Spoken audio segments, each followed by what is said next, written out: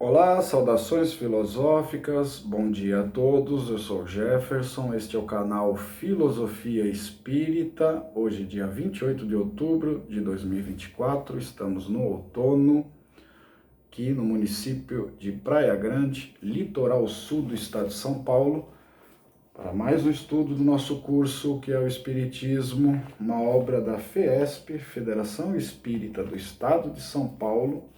Hoje estudaremos a 20ª aula, trataremos da quinta obra da codificação, a Gênese. Antes de iniciarmos, trouxe meu café, que não pode faltar nesses estudos.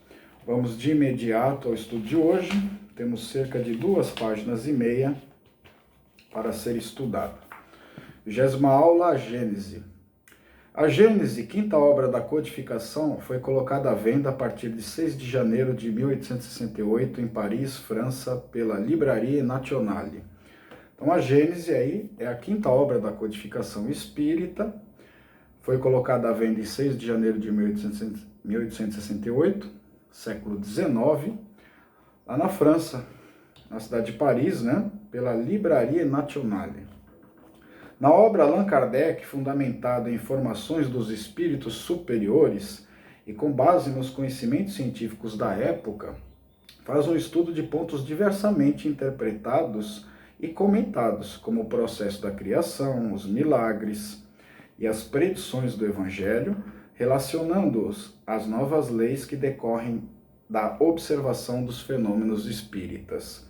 Então, Allan Kardec, o codificador da doutrina espírita, sempre se fundamentando nas informações trazidas pelos espíritos superiores, sempre essas informações passaram pelo controle universal dos espíritos, que é também, né, o princípio do universalismo na ciência, né, que consiste na seguinte situação: Kardec ia recebendo as comunicações lá na França, ia comparando por meio de correspondências nos outros continentes, né, com médiuns de outras localidades. E aí o controle universal dos espíritos era verificado. Quer dizer, a mesma informação que era dada para ele aqui na França tinha que corresponder à informação, às respostas que os espíritos davam através de outros médiuns e outras localidades. Então isso deu bastante consistência à doutrina espírita do ponto de vista empírico, positivista, observando as leis da ciência. E aí, baseado nesses estudos, alguns temas surgem interessantes aí na Gênese. O processo da criação, que está lá no Velho Testamento, os milagres. Deixo aqui uma pergunta: existe milagres ou está tudo dentro da ordem natural? É preciso que se estude, principalmente a Gênese, para se compreender essa situação. As predições do Evangelho, as profecias, né, os ditos aí de Jesus, as parábolas, foram todas trabalhadas ali na Gênese, relacionando-as com as novas leis decorrentes dos fenômenos espíritos observados. Então Kardec faz uma espécie de comparação com a teologia e os dogmas das denominações religiosas, trazendo também a interpretação espírita, para que o leitor, né, forme a sua opinião, né, se convença de acordo com a sua razão. Abre aspas, esta obra vem a ponto no sentido que a doutrina está hoje bem estabelecida do ponto de vista moral e religioso. O que importava satisfazer antes de tudo eram as aspirações da alma. O Espiritismo atualmente entra numa nova fase. Fecha aspas. São Luís, Revista Espírita, fevereiro de 1868. Importante essa mensagem do Espírito São Luís, né? Ele diz que essa obra, a Gênese, vem ao ponto, né?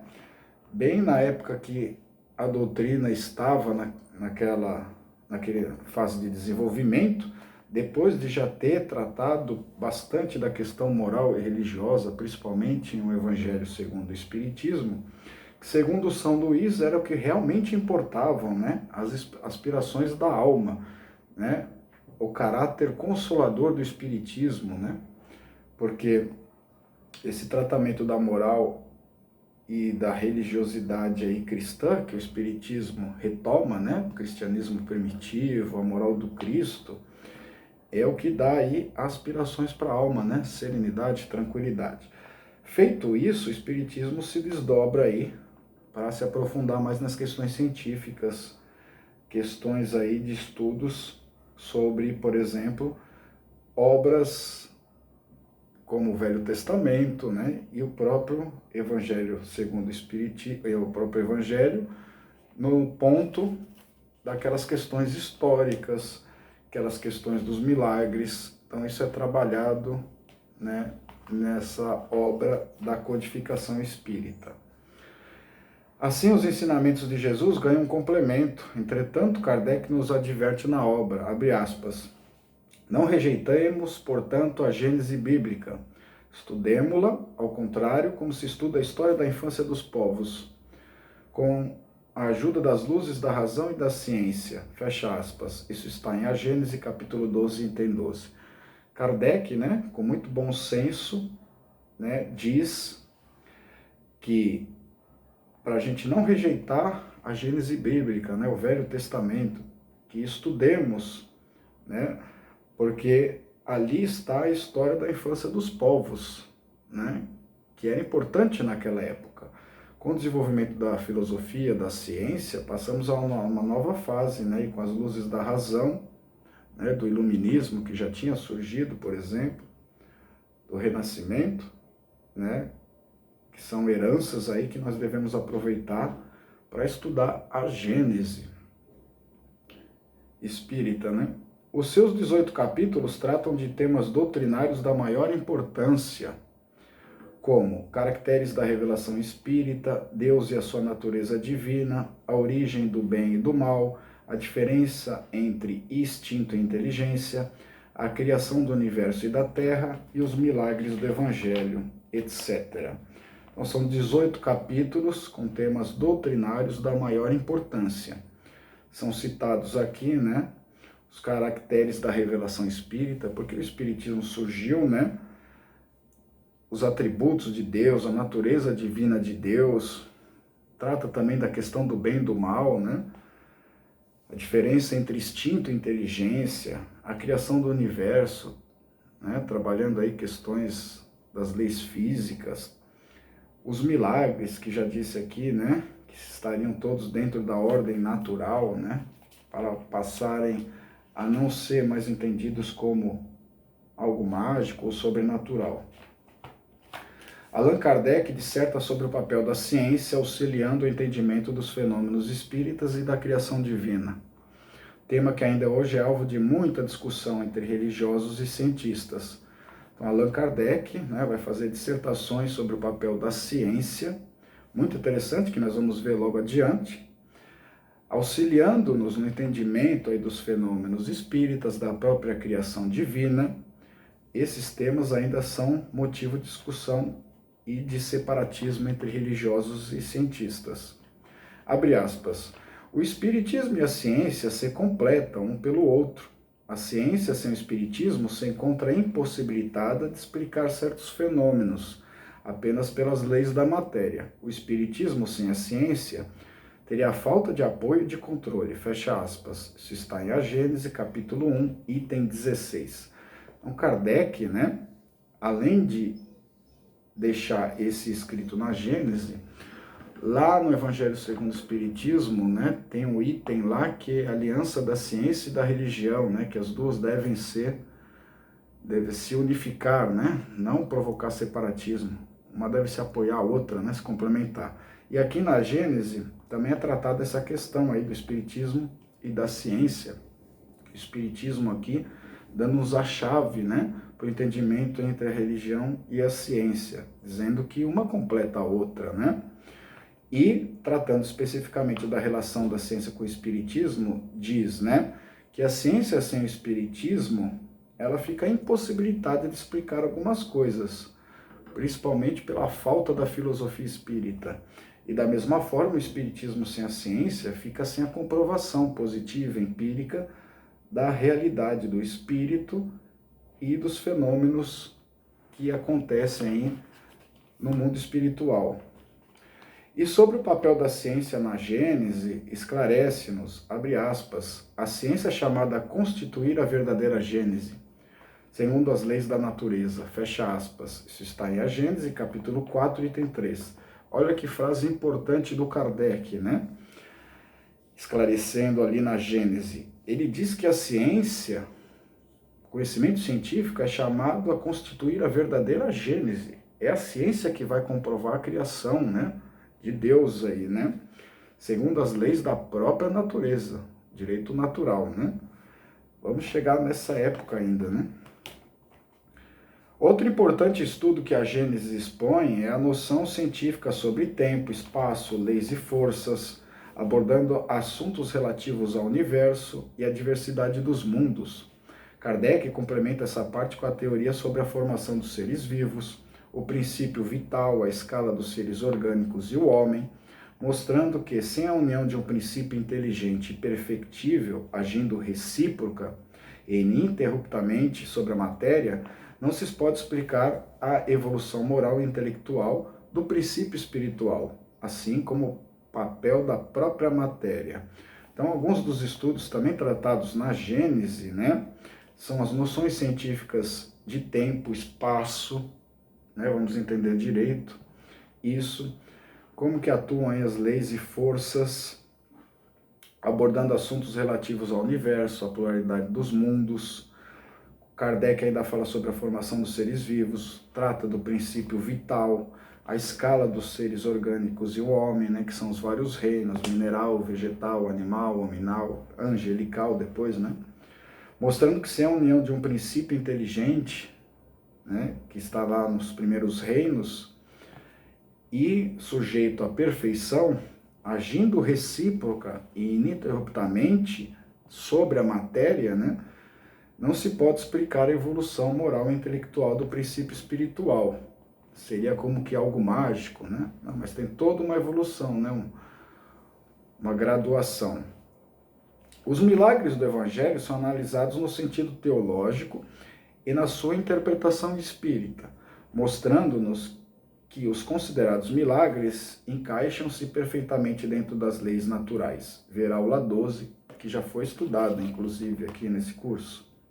Então, os milagres, que estão aí na ordem natural, mas muitas vezes são entendidos como sobrenatural, algo místico, mágico, são analisados também, né, comparando o sentido teológico com a interpretação espírita, mostrando aí, né, que ambas respostas, né, qual é racional e qual é mais baseada na crença, né, deixando aí o leitor tirar suas próprias conclusões.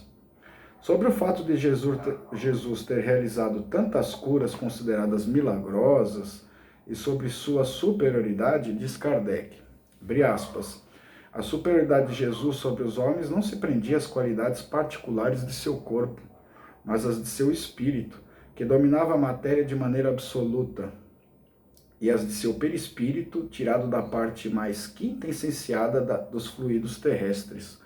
Fecha aspas. Isso está em A Gênese, capítulo 15, item 2.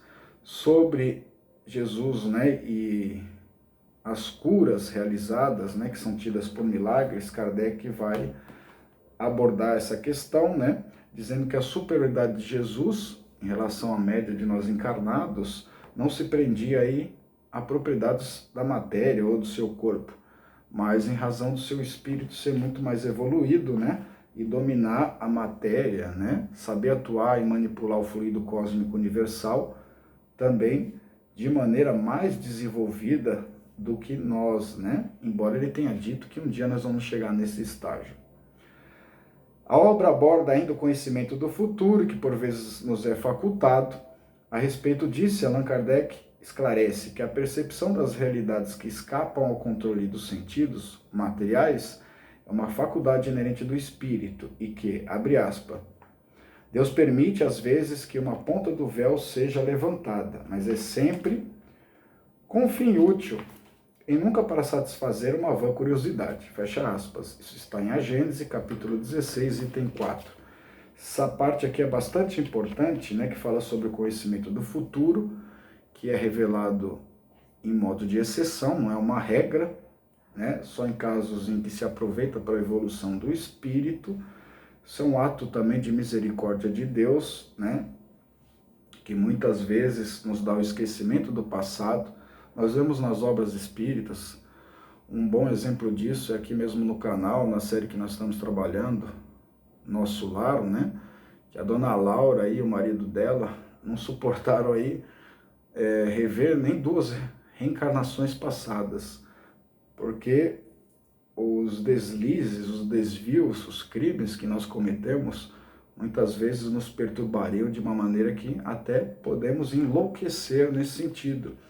Então lá naquela obra, ela foi tendo vagas lembranças, ela e o marido, e aí passou por alguns departamentos, principalmente o do esclarecimento, o Ministério do Esclarecimento, e lá ela foi instruída a ter contato ali, primeiro com o texto sobre as encarnações dela, para ela começar a ter intimidade, para depois experimentar todos os sentimentos, emoções daquela época, e quase não suporta, né, apenas duas reencarnações. Imagine você reviver situações de encarnações passadas, que não são só lembranças intelectuais, reavivar emoções, sentimentos, dores, né? Tanto de si mesmo como dos outros ao seu redor. Isso muitas vezes enlouquece o espírito que não tem ainda capacidade psicológica para suportar determinadas coisas. Às vezes não consegue nem nessa encarnação, né, ter lembranças de algumas situações. Imagine abrir esse arquivo imenso aí das nossas reencarnações. Então Deus permite às vezes que a ponta do véu seja levantada, né, tanto do passado como dá uma presciência do futuro. Isso quando vai trazer alguma evolução ou benefício, mas muitas vezes alguns médiuns que têm essa faculdade, ou algumas pessoas que usam mediunismo nesse sentido, abusam da faculdade, né? Querendo predizer coisas, né? Ou querendo satisfazer uma vã curiosidade, né? Então, cuidado com a curiosidade, né? Vamos dar tempo ao tempo. O que nos é importante nos será revelado, né?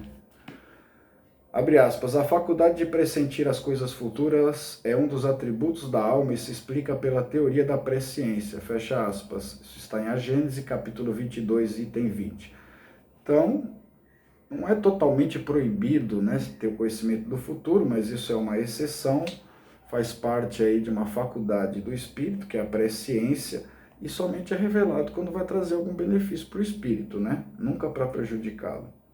No capítulo final denominado Sinal dos Tempos, a Nova Geração, Kardec fala-nos sobre a marcha progressiva da Terra no plano físico e moral, impulsionada pela lei do progresso e estudada em um livro dos Espíritos, abre aspas.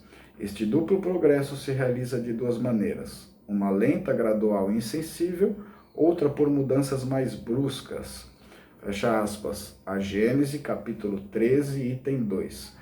Então, lá no capítulo final de A Gênese, que é denominado Sinal dos Tempos, a Nova Geração, Kardec vai trabalhar aí a questão da marcha progressiva da Terra, tanto no plano físico como moral, impulsionada aí por uma lei do direito natural, que é a lei de progresso, que também já tinha sido estudada no Livro dos Espíritos, livro 3, né, das leis morais, e ele diz que esse progresso se realiza de maneira lenta, gradual, como mencionamos, e muitas vezes de maneira mais bruscas, né? Por exemplo, os flagelos naturais muitas vezes impulsionam isso, né? Fazem com que os espíritos evoluam de modo mais rápido, né? Para que de todo mal se retire um bem, né? Tudo concorre para o bem de todos aqueles que amam o Senhor, disse o Paulo de Tarso.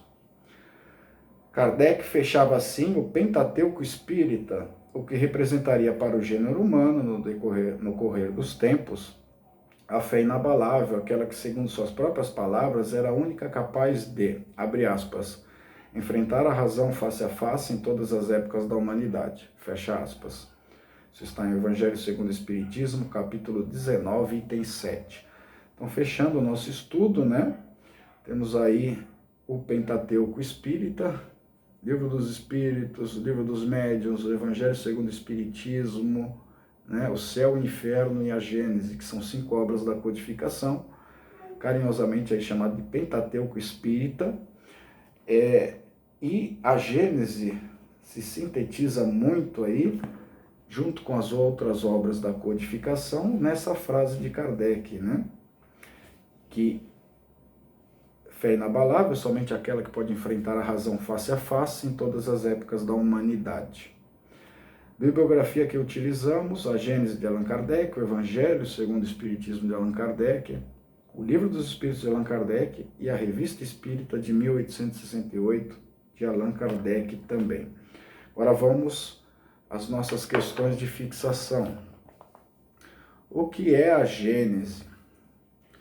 É a quinta obra da codificação, na obra Allan Kardec fundamentado em informações dos espíritos superiores e com base nos conhecimentos científicos da época, faz um estudo de pontos diversamente interpretados e comentados, como o processo da criação, os milagres e as predições do Evangelho, relacionando-os às novas leis que decorrem, né, da observação dos fenômenos espíritas.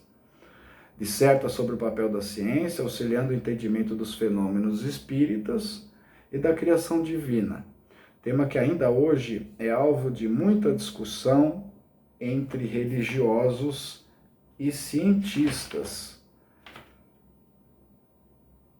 Isso. Agora vamos para a questão 2, né? Deixa eu só ver aqui, onde que estamos. Isso mesmo. Questão número 2. De que forma Allan Kardec relaciona na obra a ciência e o espiritismo? O espiritismo e a ciência se completam, né? Um pelo outro. A ciência, sem o espiritismo, se encontra impossibilitada de explicar certos fenômenos, apenas pelas leis da matéria. O espiritismo sem a ciência teria falta de apoio e de controle. Isso está em A Gênese, capítulo 1, item 16. E sobre o papel da ciência na Gênese, esclarece-nos, abre aspas, a ciência é chamada a constituir a verdadeira Gênese, segundo as leis da natureza. Fecha aspas. Isso está em A Gênese, capítulo 4, item 3. E a derradeira pergunta, pergunta número 3, como a Gênese explica a superioridade de Jesus? Os milagres do Evangelho são analisados no sentido teológico e na sua interpretação espírita, mostrando-nos que os considerados milagres encaixam-se perfeitamente dentro das leis naturais. Sobre o fato de Jesus ter realizado tantas curas consideradas milagrosas e sobre sua superioridade, diz Kardec, abre aspas, a superioridade de Jesus sobre os homens não se prendia às qualidades particulares de seu corpo, mas de seu espírito, que dominava a matéria de maneira absoluta, e as leis e as de seu perispírito tirado da parte mais quintessenciada dos fluidos terrestres. Fecha aspas. Isso está em A Gênese, capítulo 15, item 2. E assim encerramos nossa 20ª aula. Estudaremos ainda a 21ª aula, parte A, o Espiritismo como Consolador Prometido. Depois, a parte B, não se coloqueis a candeia debaixo do alqueire. Na 22ª aula, estudaremos a vida de Francisco Cândido Xavier. Na 23ª aula, vida e obra de Bezerra de Menezes. E encerraremos o nosso curso com a 24ª aula, vida e obra de Allan Kardec. Então estamos bem próximos aí de encerrar o curso, o que é o Espiritismo. Então não deixe de nos acompanhar aí na finalização desse curso. Agradeço as curtidas, inscrições, compartilhamentos, comentários, mas principalmente o apoio de todos vocês e a vibração aí durante os nossos estudos. Que todos fiquem com Deus. Nos encontramos no próximo estudo.